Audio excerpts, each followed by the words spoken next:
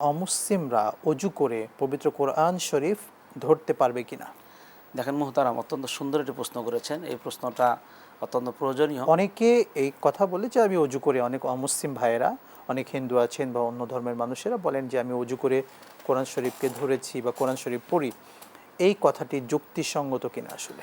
আসলেই অজু করা বা পবিত্রতা অর্জন করা এটা মুসলিমের ক্ষেত্রে বিধান। জি। আল্লাহ তাআলা কোরআন কারীমে সূরা ওয়াকিয়ার মধ্যে বলেছেন, লা ইয়ামাসসুহু ইল্লাল মুতাহহারুন। মুতাহহারুন। কিন্তু যারা মুশরিক হবে, অমুসলিম হবে, তারা তো একেবারে সত্যাগতভাবে অপবিত্র।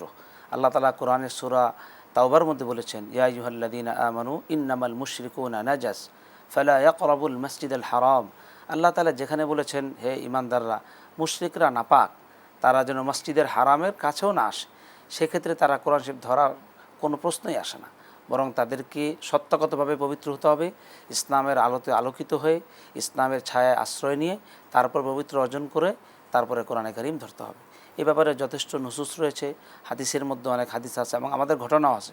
হযরত ওমর রাদিয়াল্লাহু তাআলার ঘটনা আমাদের সামনে একেবারে স্পষ্ট। সেই ঘটনাটি যদি একটু বলতেন। হ্যাঁ, আমরা জানি যখন তিনি তার বোনের সংবাদ পেলেন যে তার বোন এবং তার বোন জামাতা সহ ইসলাম ধর্মে তারা আশ্রয় গ্রহণ করেছে, তখন তিনি তাদের কাছে গেলেন এবং তাদেরকে এক পর্যায়ে প্রহার করলেন।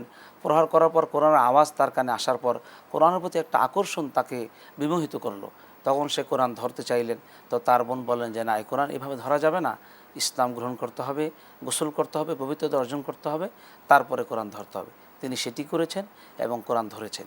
এই ঘটনা থেকেও আমরা বুঝতে পারি যে মুশরিকরা ওযু করলে কোরআন তারা স্পর্শ করতে পারবে না, বরং সত্তাগত পবিত্রতা অর্থাৎ ইসলামের আলোতে তারা আসার পরে কেবল তারা কোরআন স্পর্শ করতে পারবে।